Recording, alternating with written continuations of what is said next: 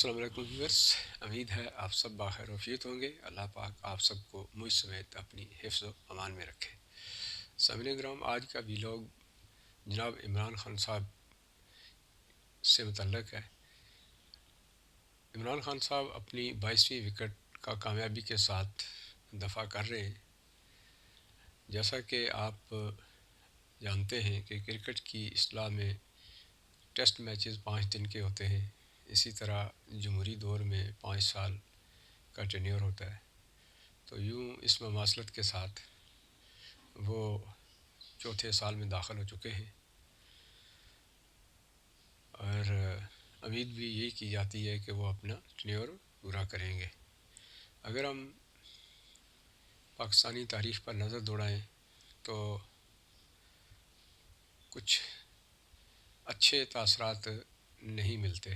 آپ دیکھتے ہیں کہ کل پاکستان کی عمر 74 سال تقریباً بنتی ہے، اور اس دوران 33 ایئرز ماشاء اللہ کے اور کوئی آلموسٹ 44 جو ہے نا وہ بنتے ہیں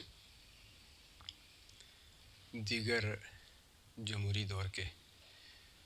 تو اس دوران 33 ایئرز میں جو مارشل لائی دور تھا، کل 4 سربراہان مملکت یا چیف مارشل لا ایڈمنسٹریٹر کہہ لیں رہے، اور ان کے ٹینیور کا اگر ایوریج لگایا جائے تو یہ آلموسٹ کوئی 8 to 9 ایئرز بنتے ہیں، یعنی ایک شخص 8 سے 9 سال اس ملک پر حکمران رہا۔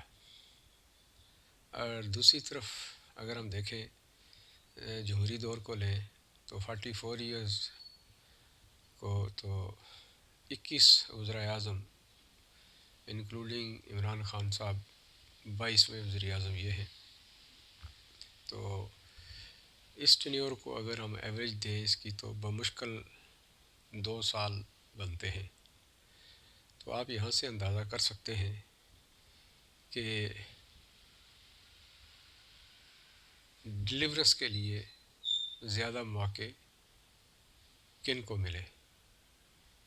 اگر یہ کہا جائے کہ باحساب تعداد وزراء اعظم زیادہ گزرے ہیں تو ان کو ڈیلیورس کے موقع ملے، یہ غلط بات ہے۔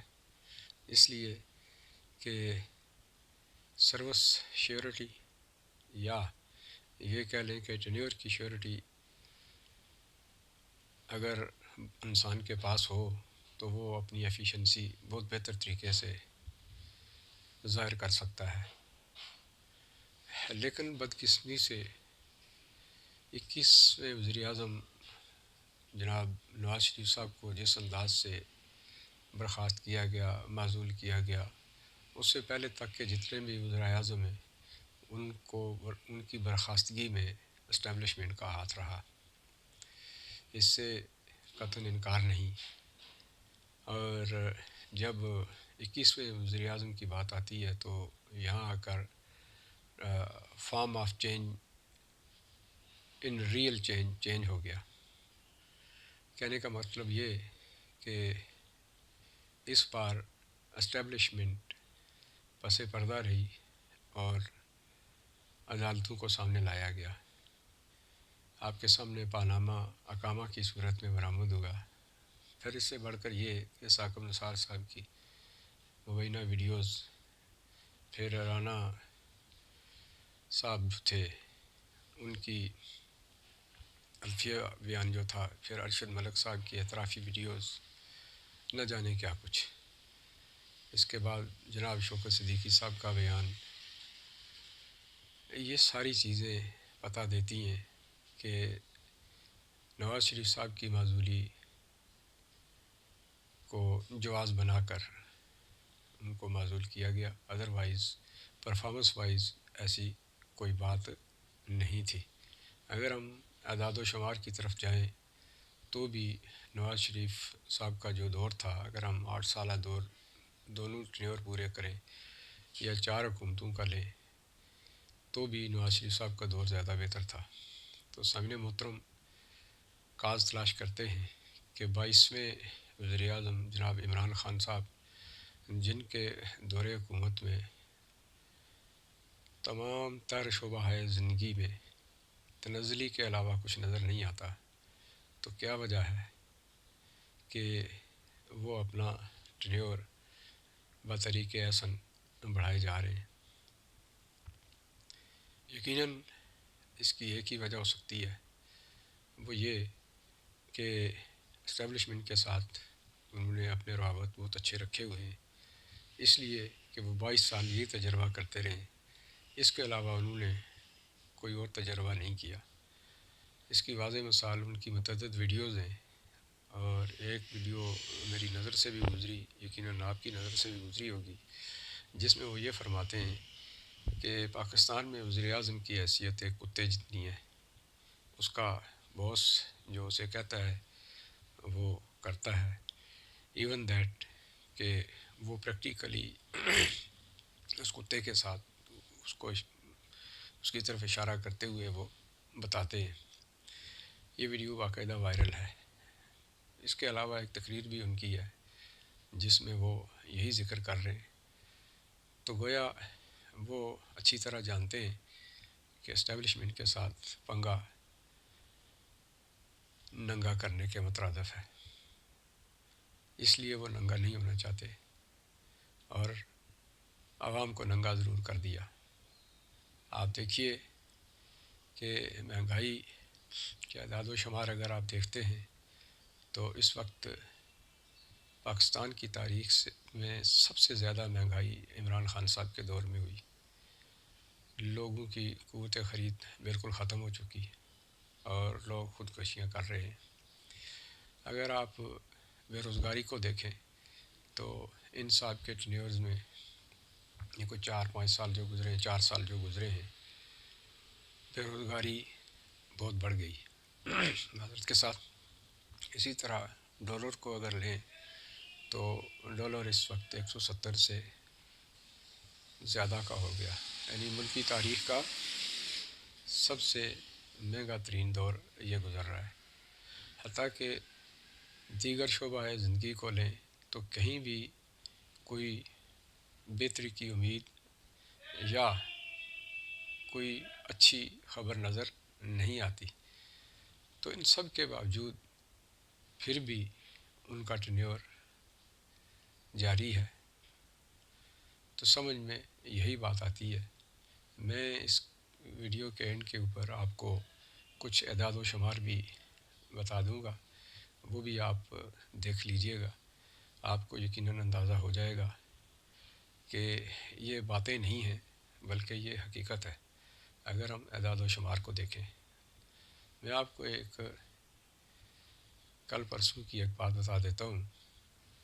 میرے ہی محلے میں سامنے گلی میں ایک صاحب جو کرایہ دار تھے، ان کو ایک صاحب آ کے ڈانٹ ڈپٹ کر رہے تھے۔ پوچھا گیا کیا وجہ ہے، تو پتہ چلا کہ وہ 3-4 ماہ کا انہوں نے کرایہ نہیں دیا۔ عمر رسیدہ شخص تھے، لیکن مالک مکان ان کو کافی گالم گلوچ کر رہا تھا، تو وہ یہی کہہ رہے تھے کہ دے دوں گا، مہنگائی ہے وغیرہ وغیرہ۔ تو یقیناً اس طرح کے معاملات بھی ہیں، اس طرف توجہ دینے کی ضرورت ہے۔ غریب عوام کو بہتر زندگی گزارنے کے لیے یقیناً تنخواہ کی ضرورت ہوتی ہے یا اس کو اجرت کی ضرورت ہوتی ہے، اس کے علاوہ اس کا اور کوئی وہ نہ کوئی ٹارگٹ ہوتا ہے نہ کوئی ڈیمانڈ ہوتی ہے۔ تو یہاں اگر دیکھا جائے تو عمران خان صاحب نے لوگوں کو کمال مہارت کے ساتھ لنگر خانوں کی طرف لگا دیا، جو بذات خود ایک بھکاری بننے کی ترغیب ہے۔ اس سے خود ہی انسان کی مرتی ہے اور لوگ محنت سے ہٹ کر ایسی چیزیں ڈھونڈنا شروع ہو جاتے ہیں، تو اس کے بہت سارے مضر اثرات سامنے آتے ہیں۔ باقی بھی اگر ان کی جو پالیسیز ہیں وہ بھی غریب دشمن پالیسیز ہیں۔ اس کے بعد یہی کہا جا سکتا ہے کہ جو لانے والے ہیں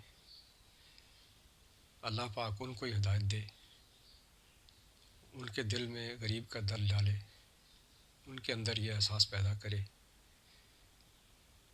کہ اس قدر نااہل، انتہائی نااہل حکومت، اور اس کو کچھ نہیں کہا جا رہا،